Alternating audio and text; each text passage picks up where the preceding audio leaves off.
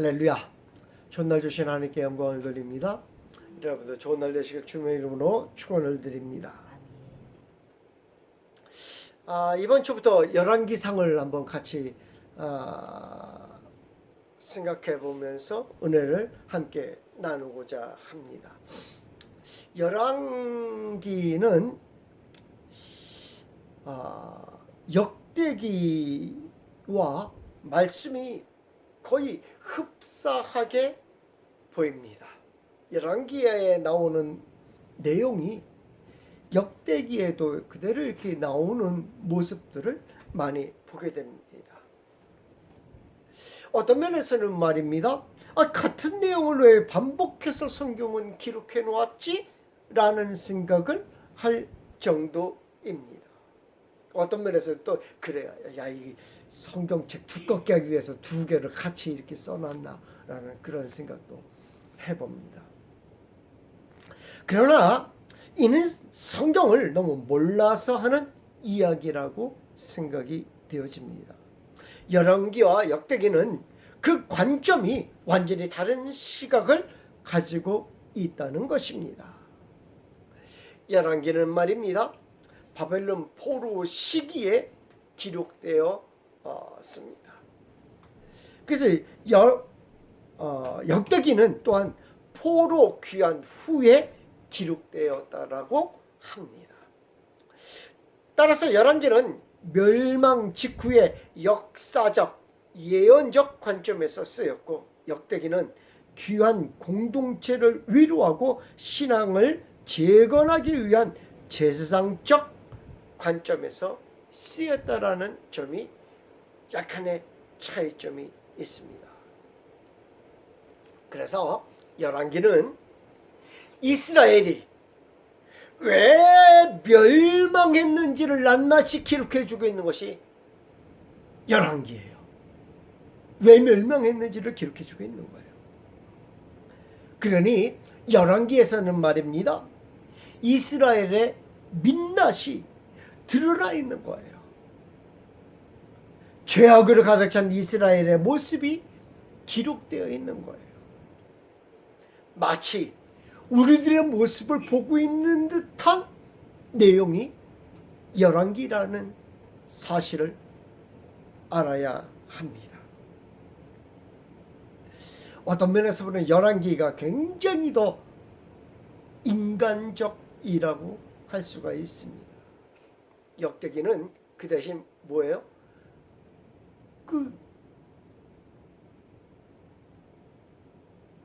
역대기는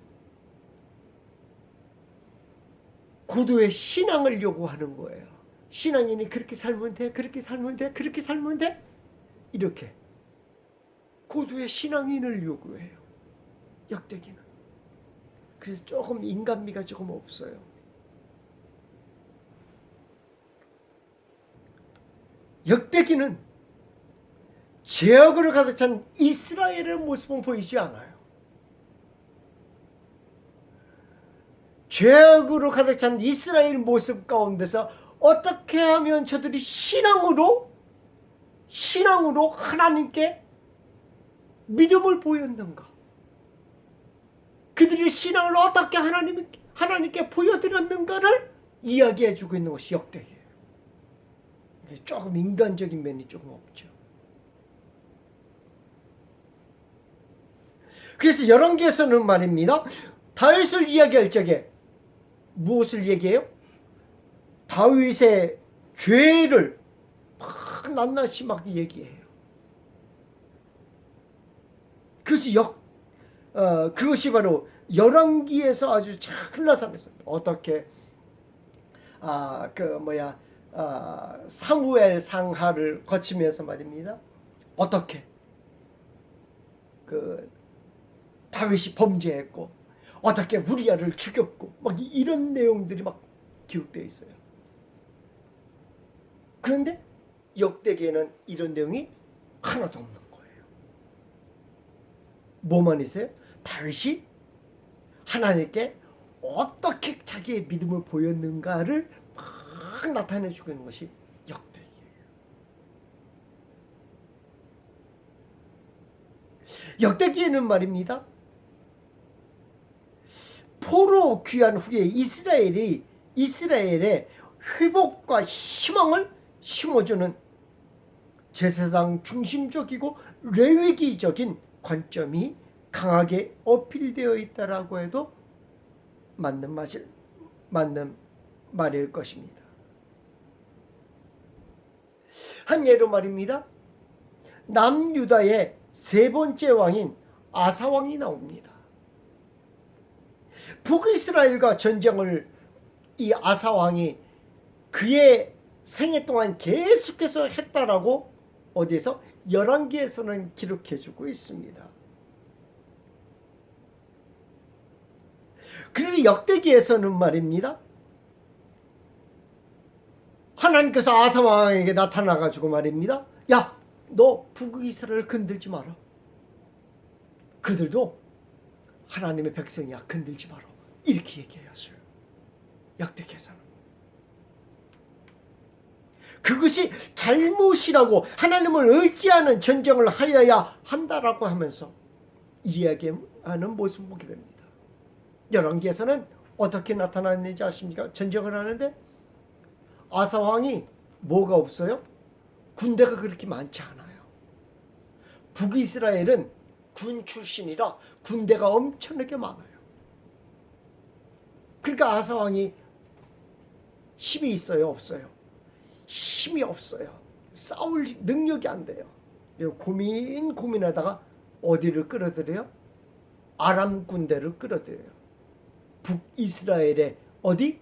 북쪽에서 군대가 쳐들어 내려오게 한 거예요. 그러니까 남유다를 지키던, 국경을 지키던 군대들을 다 어디로 보내야지 돼요? 북쪽으로 다 보내야지 돼요. 전쟁을 해야 되니까. 그 틈을 노려가지고 이 아사왕이 싹 올라가가지고 전쟁을 치러요. 와, 굉장히 잘한 것 같죠. 역대기에서는 그러네, 혼나요. 너 왜 그 전쟁했어? 그 전쟁 하면 안 되는 거잖아. 네 동포잖아. 하나님의 백성이잖아. 이러면서 어떻게? 하나님의 아사왕을 다 가부치세요. 근데 북이스라엘 이것이 역대기에는 그렇게 돼요. 그게 믿음으로 세워져야 하는 하나님의 나라를 굉장히 막 강조하는 거예요. 근데 역대기에서는 그렇지 않아요. 역대기에서는 평생 동안 그들과 싸웠다 막 이렇게. 요시야 왕 같은 경우도 마찬가지입니다. 열왕기에서는 율법책을 발견해 개혁을 하는 모습을 좋은 평가를 하고 있지만 하나님이 하지 말라고 한 무기토에서 애굽을 맞아야 싸우다 전사한 것까지 등장합니다. 그러나 그 역대기에서는 하나님의 말씀에 잘 순종한 개혁한 왕으로만 딱 하고 포장해서 등장하는 그런 모습을 보게 됩니다. 한마디로 열왕기와 역대기의 특징을 살펴보면 말입니다. 열왕기는 죄악으로 죽을 수밖에 없는 인간임을 보여주는 것이라면 역대기는 독자가 유대인인 만큼 북이스라엘의 이야기는 그리 중요한 것이 아니라는 거예요. 남쪽 유다 중심으로 이야기가 쓰여져 있다는 것이 특징인 것입니다. 남쪽 유다 중심으로 이야기가 쓰여졌으니까 남쪽 유다의 유리한 이야기만 기록된 것이 역대기라고 보면 될 것입니다. 사울의 즉위로 시작된 이스라엘의 신정국가는 다윗과 솔로몬 시대에는 크게 번성하였다라는 것을 우리가 너무 잘 알고 있습니다. 그런데 곧 3대를 넘기지 못하여 남북으로 이스라엘이 갈라진 모습을 보게 됩니다. 다윗 언약을 간직한 남왕국 유다, 그리고 10지파로 구성된 북왕국 이스라엘도 몇몇 선한 왕들의 시대를 제외하고는 하나님 앞에 내내 타락하고 우상을 섬기고 하나님의 선택된 백성으로서의 모습들을 다 상실한 그런 모습을 가지고 있습니다. 그리하여 하나님은 계속적으로 하나님의 선지자들을 이 땅에 세우셨고 위로와 경고의 말씀을 계속해서 주는 모습을 보게 됩니다. 그러나 끝내 북이스라엘은 회개하지 않고 계속 우상의 길을 걸어간 뒤 멸망당하는 모습을 보게 됩니다. 남한국 유다도 역시 마찬가지로 바벨론 제국에 함락당하고 말게 됩니다. 이러한 세계적인 역사들 가운데 열왕기를 통하여 하나님이 우리에게 말씀해 주시고자 하시는 것이 무엇인지를 살펴보면서 은혜를 나누고자 하는 것입니다. 오늘 본문은 이스라엘의 왕이자 하나님의 마음에 합한 자이자 이스라엘의 영웅인 다윗 왕의 노년부터 이야기가 시작이 됩니다. 우리는 본문을 통하여 다윗의 노년이 어떠했는지를 알 수 있습니다. 다음 세대가 결정되기 전입니다. 솔로몬이 왕이 되는 과정이 그려질 것입니다.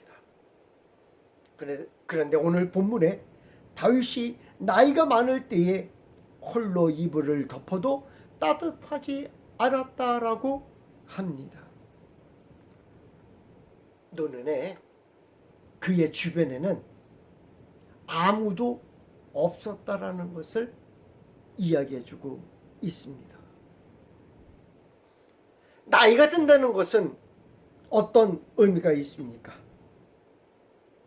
나이가 든다라고 하는 것은 하나님께서 주신 복 중에 하나입니다. 하나님께서 주신 복 중에 하나예요. 나이가 들어간다라고 하는 것은. 많은 분들이 생각합니다. 현대는 의학의 발달로 인하여 상당히 오래 살아갑니다. 이제는 100세 시대라는 말이 오래 전부터 활성화된 모습을 보게 됩니다. 아프지 않고 이렇게 나이 들었으면 좋겠다라는 생각도 해봅니다. 근데 오늘 본문을 보면 말입니다. 인간적인 면에서 그 노인도 어쩔 수 없어라는 생각을 하게 되는 거예요. 두 가지를 살펴볼 텐데요. 인위적으로는 그의 곁에 사람을 인위적으로 그의 곁에 사람을 붙여주는 모습을 우리는 보게 됩니다. 그가 젊었을 때는요, 많은 사람들이 그를 따랐습니다. 400명, 한 번에 600명 이렇게 젊은이들을 그를 따랐습니다. 사무엘상 22장 2절, 사무엘상 23장 13절 이하의 말씀 보면 이렇게 기록합니다. 환난당한 모든 자와 빚진 모든 자와 마음이 원통한 자가 다 그에게로 모였고 그는 그들의 우두머리가 되었는데 그와 함께한 자가 약 400명이었더라. 이에 다윗과 그의 사람들이 약 600명가량 되어 일어나 그일라에서 나와서 여기저기 다니니라. 400명과 함께 같이 다녔고요. 때로는 600명과 함께 다니고 막 그랬어요. 다윗이 아굴람 굴에 있을 때 약 400명의 사람들이 모여 그를 따랐다라고 성경은 말해주고 있습니다. 시간이 지나면서 다윗을 따르는 무리가 약 600명으로 늘어났습니다. 또한 사무엘하 15장을 보면 다윗이 압살롬을 피해 달아날 때의 모습을 보여주고 있습니다. 압살롬을 피해 도망갈 그때에도 많은 사람들이 그를 따랐던 모습을 보게 됩니다. 사무엘하 15장 17절 이하의 말씀을 보면 이렇게 기록합니다. 왕이 나가매 모든 백성이 그의 뒤를 따라가서, 모든 백성이 그의 뒤를 따라가는 거예요. 그의 신복들과 그렛 사람과 블렛 사람 600명이 다 왕을 따라가서 온 땅 사람들이 큰 소리를 울며 모든 백성이 앞서 건너가매 왕도 기드론 시내를 건너가니, 계속해서 왕을 따르는 수많은 사람들이 있음을 이야기해 주고 있습니다. 비통한 마음으로 압살롬을 피해 도망가고 있었지만 많은 사람들이 다윗과 동행하며 다윗의 뒤를 따랐던 것입니다. 평생 살면서 그는 홀로 있지 않았다라는 거예요. 근데 오늘 본문은 그가 홀로 침대에 누워있는 모습을 보여주고 있습니다. 인간의 말로가 다 이런가라는 생각도 해봅니다. 결국 내 주위에 모든 사람들이 다 떠나는 것 아닌가라는 생각도 해봅니다. 살기 바빠서 떠나고요, 같이 살기도 하지만 결국에는 같이 살아도 홀로 사는 것 같은 삶을 사는 것 아닌가라는 생각도 해봅니다. 나이 들어 자녀를 의지한다고는 하지만 그건 역시 내가 주도하는 삶이 아닌 자녀의 삶인 것입니다. 그러니 나이가 들면 홀로 있게 되는 것은 어떤 면에서는 당연한 것 아닌가라는 생각도 해봅니다. 왕이니까 혼자 사는 거지라는 생각도 해봐요. 그의 주위에 그 누구도 그와 함께하지 않았다는 것을 우리는 알아야 합니다. 이것이 삶입니다. 그래서 나이 들면 점점 무슨 증세? 우울증 증세들이 많아지는 것 같아요.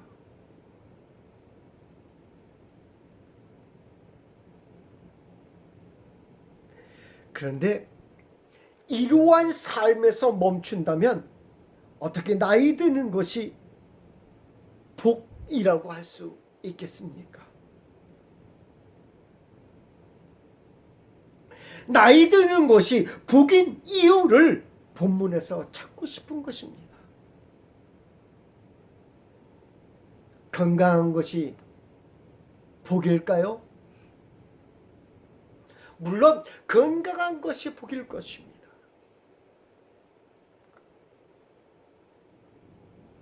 그런 말도 있지 않습니까? 9988 99세까지 팔팔하게 삽시다. 9988 장수하다 평안히 죽는 것이 가장 큰 복일까요? 자녀를 보며 자녀의 복양을 받는 것이 복일까요? 복일 거예요. 왜? 성경에서도 그게 복이라고 얘기해 주고 있어요. 시편 127편과 출애굽기 20장 이하에 보면 이렇게 기록합니다. 보라, 자식들은 여호와의 기업이요 태의 열매는 그의 상급이로다. 젊은 자의 자식은 장사의 수중의 화살 같으니 이것이 그의 화살통에 가득한 자는 복되도다. 내 부모를 공경하라. 그리하면 네 하나님 여호와가 내게 준 땅에서 내 생명이 길리라.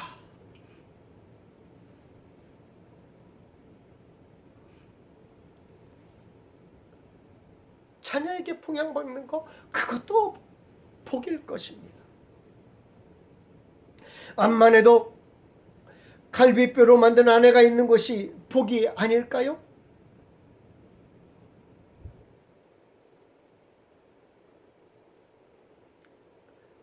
다윗이 아무것도 할 수 없는 상황에서 신하들이 수냄 여인 아비삭을 아내로 들이게 합니다. 그런데요, 그에게 아내가 없어서 수냄 여인을 들인 것은 아니에요.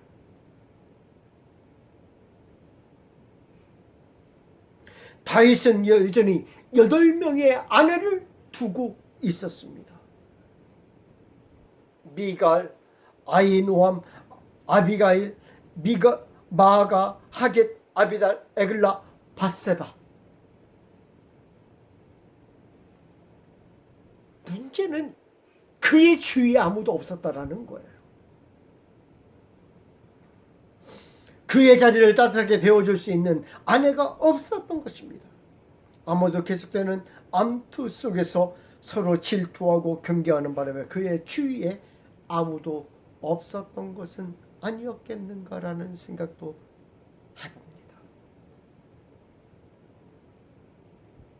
무엇이 참된 복이라고 할 수 있을까요? 나이 들어 아무것도 할 수 없는 상황인데 무엇이 복일까요? 다윗도 나이가 들었습니다. 근데 그는 아비삭을 가까이 하지 않았다라고 성경은 말해주고 있습니다. 왜일까요?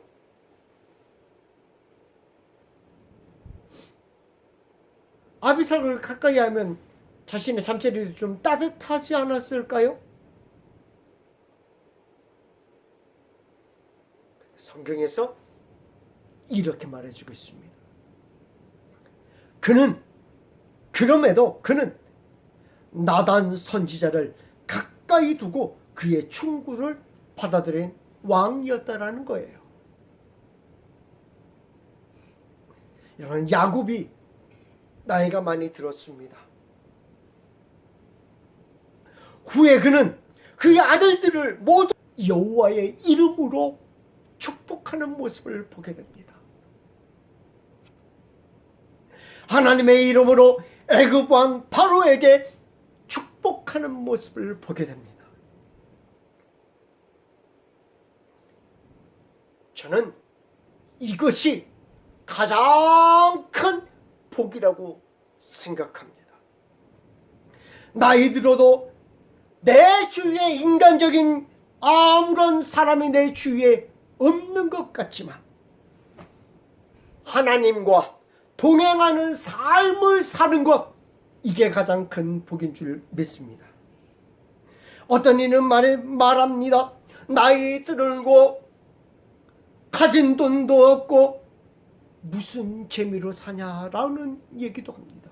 나이 들면 무엇이 있어야 된다라고 얘기해요? 돈이 있어야 된다고, 건강이 있어야 된다라고 얘기합니다.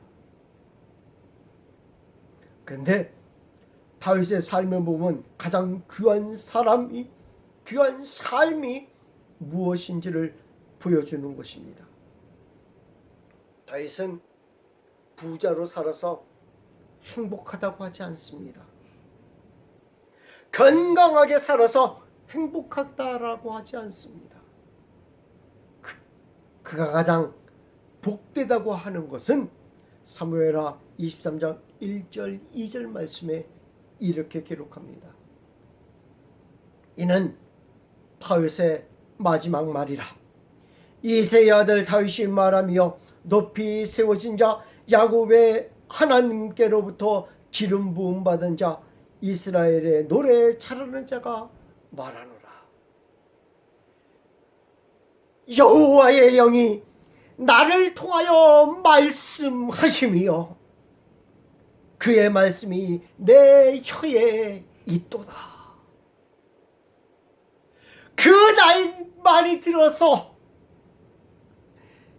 늙은 그 가운데서도 여호와의 영이 나를 통하여 말씀하신다라고 말해주고 있는 것입니다. 이는 무엇을 얘기해주고 있는 것입니까? 그의 생의 마지막까지 하나님과 동행하는 삶을 살았다라는 것입니다. 인간적으로 볼 때 그의 곁에는 아무도 없었지만 그의 곁에는 항상 하나님이 함께 하셨다라는 사실입니다. 그리고 그의 삶 마지막에 그의 자녀에게 하나님의 이름으로 축복합니다. 하나님의 말씀대로 사는 것이 복이라고 축복합니다. 우리도 이와 같은 성도가 되기를 축원합니다. 다윗의 마지막이 하나님과 동행하는 삶을 산 것처럼 아름답게 마지막을 살아가는 귀한 성도들이 되시길 주님의 이름으로 축원을 드립니다. 기도하겠습니다.